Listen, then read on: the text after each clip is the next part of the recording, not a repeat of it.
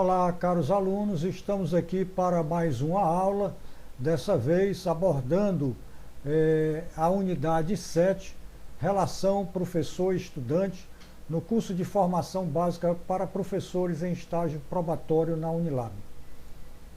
Conteúdo programático abordará a relação professor-estudante e o processo de ensino e aprendizagem na universidade e a relação professor-estudante no contexto da integração internacional. O conteúdo aplicado em uma disciplina acontece, na maioria das vezes, de forma pouco refletida, colocando o professor como um emissor e, de um lado, o aluno como um receptor. Embora os mesmos estejam em um processo de comunicação, mas a postura do aluno normalmente ocorre de forma passiva. E isso é pouco construtivo para a educação que nós desejamos. É uma característica basicamente da educação bancária, como já dizia Paulo Freire. Essa passividade ela contribui para diminuir a autoestima do aluno.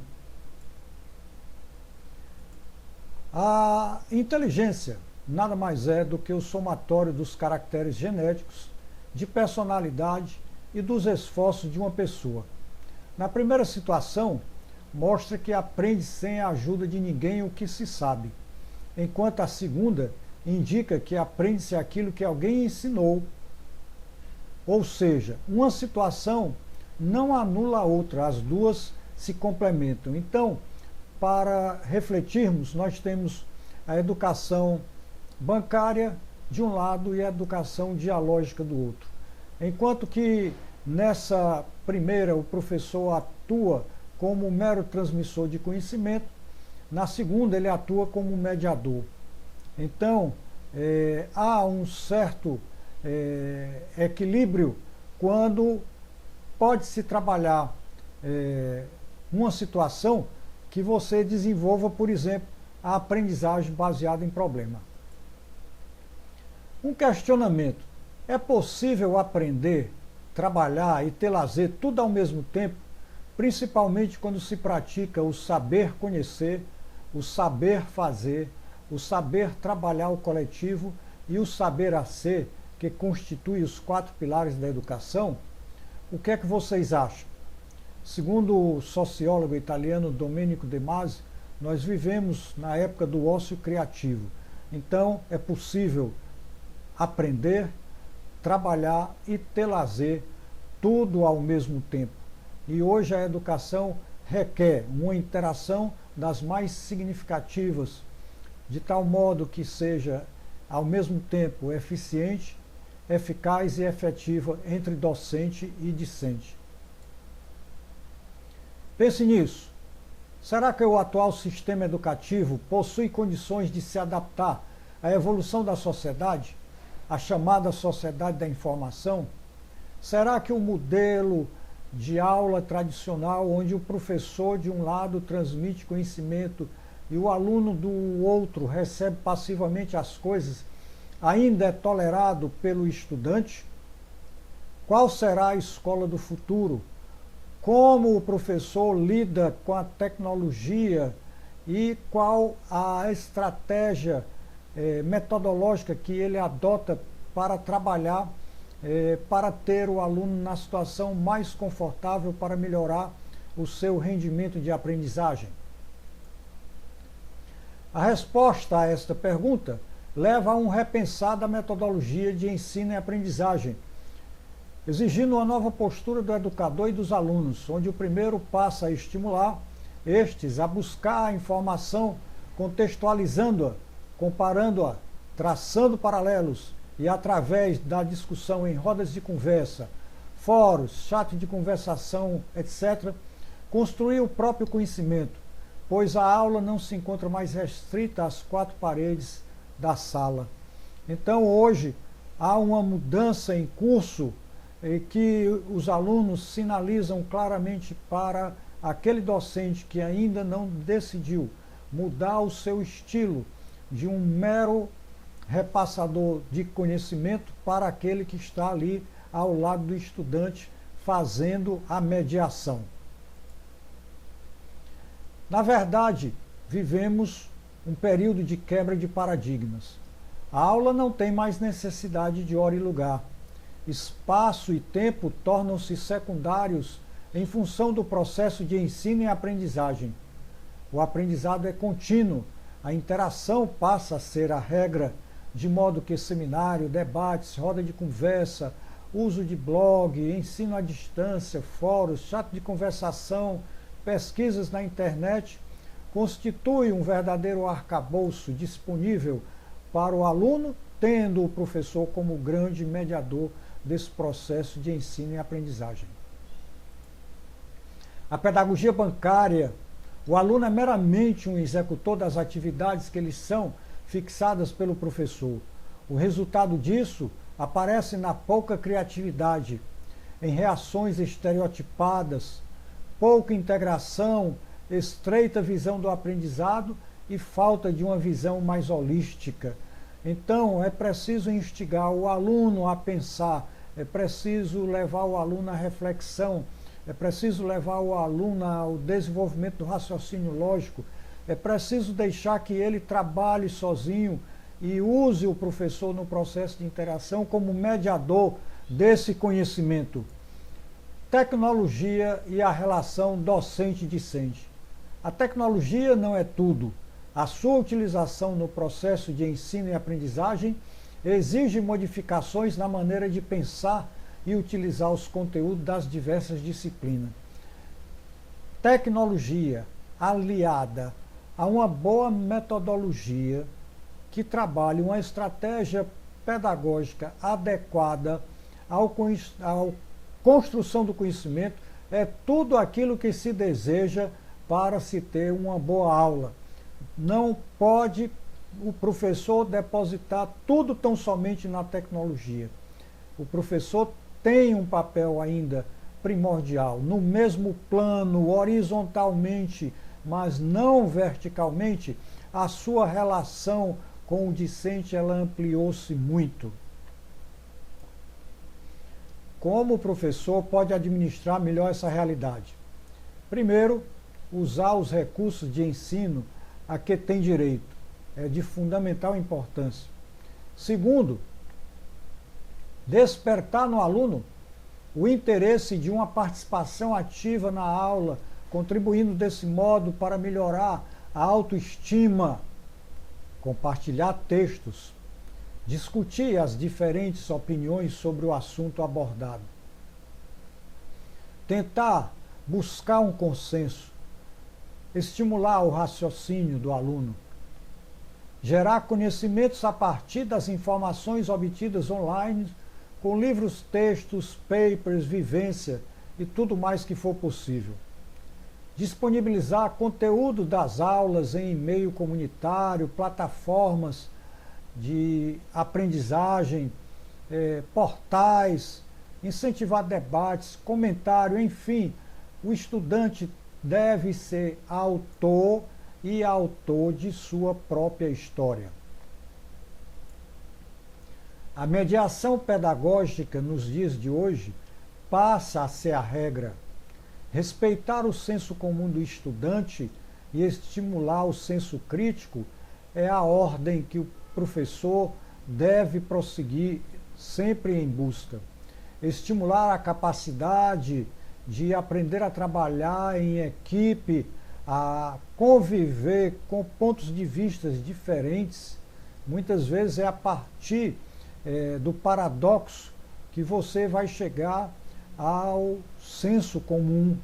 É a partir do paradoxo que você vai buscar uma fórmula única para a solução de um determinado problema.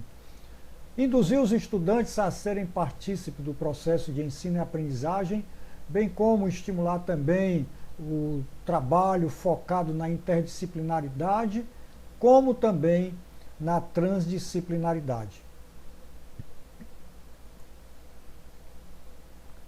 A mediação pedagógica, ela também é trabalhada de forma a ter flexibilidade, buscar a inovação sempre que possível, não tentar padronizar a forma de ensino e aprendizagem.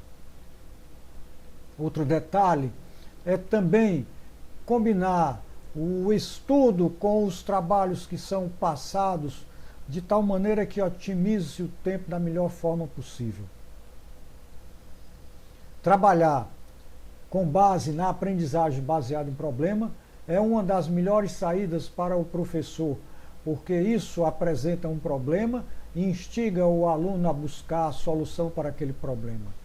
Lembrando sempre que mediação é a palavra-chave nesse processo educacional.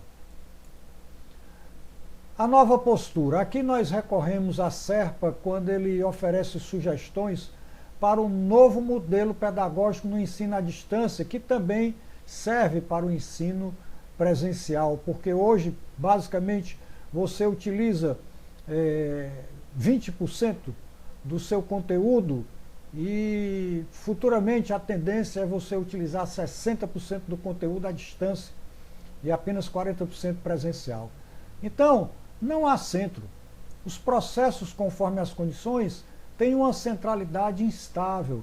Ora o professor é o centro das atenções, ora é o aluno, ora o outro ator diferente de professor e aluno, e aí a coisa vai caminhando.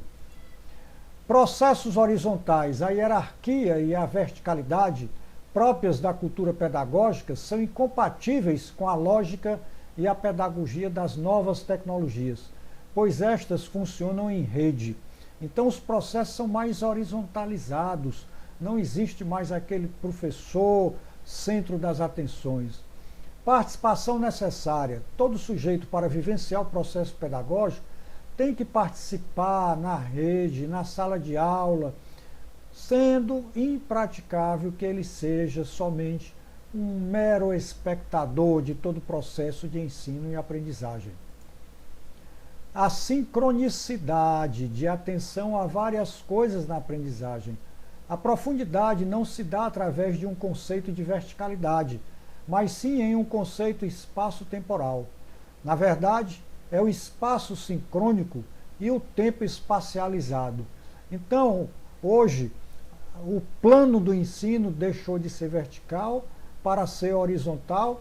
Agora, não tem nem tempo, nem espaço. O aluno aprende tanto na sala de aula, com a mediação do professor, como aprende em casa através da plataforma de ensino e aprendizagem. Ambiguidade entre a oralidade e a escrita. As dinâmicas comunicacionais na rede, mesmo com o uso da escrita, expressam-se com uma alta dimensão de oralidade, incluindo nessa expressividade as imagens. Então, o processo dinâmico educacional permite ao aluno uma série de ganhos que o estimulam cada vez mais a ser ator e autor de sua própria história como educando. Processos coletivos. Sendo uma dinâmica de rede, necessitando da participação de todos, a produção é necessariamente coletiva. O trabalho hoje na sala de aula, aprendendo um determinado assunto, ele tem o caráter coletivo. Uns vão aprendendo com os outros. A cooperação, ela entra como traço fundamental para que o sistema todo funcione e os participantes necessariamente colaboram uns com os outros. O papel do professor é de um facilitador do processo de ensino e aprendizagem, e não mais aquele docente classicamente conhecido como o senhor do conhecimento. As relações docente-discente ocorrem mais no plano horizontal. O aluno não quer mais saber de professor PowerPoint. O aluno não quer mais saber de aluno vomitador de conhecimento. O aluno quer um professor que seja mediador do conhecimento, facilitador do processo de ensino e aprendizagem. O professor, ao planejar sua disciplina, teria que fazer algumas perguntas-chave, tais como: o que os alunos já conhecem? E o que ainda não conhecem? O que, como e onde e quando ensinar? Quem sou? Em que sou bom? Aonde desejo chegar em minha aula? Como atingir esse objetivo? O professor não pode ir mais para a aula sem um planejamento adequado à realidade do seu ensino, sob pena de colocar em risco o seu relacionamento com os docentes. O papel a ser desempenhado pelo novo professor exige que ele esteja antenado com os fatos que ocorrem no dia a dia, que saiba utilizar a tecnologia como uma forma de melhorar o aprendizado, pois essa tecnologia é um valor agregado que, apesar de ser indispensável, não será responsável por si só pelo sucesso do aprendizado. O papel do professor é justamente fortalecer a relação com os discentes naquela de em que posso lhe ajudar, ser mediador do processo de ensino e aprendizagem. Finalmente, segundo D'Ambrosio, é preciso substituir os processos de ensino que priorizam a exposição, que levam a receber passivo de conteúdo através de processos que não estimulam os alunos à participação. Ou seja, é preciso levar os alunos à reflexão, a pensar grande, a estimular a criatividade, a desenvolver as competências. É preciso que eles deixem de ver a ciência como um produto acabado, cuja transmissão de conteúdos é vista como um conjunto estático de conhecimentos e técnicas, sob pena de ter uma relação enfraquecida com os estudantes. Bem, essa era a nossa aula de hoje. Esse é o conteúdo que tínhamos para apresentar hoje e até a próxima aula, se assim Deus nos permitir.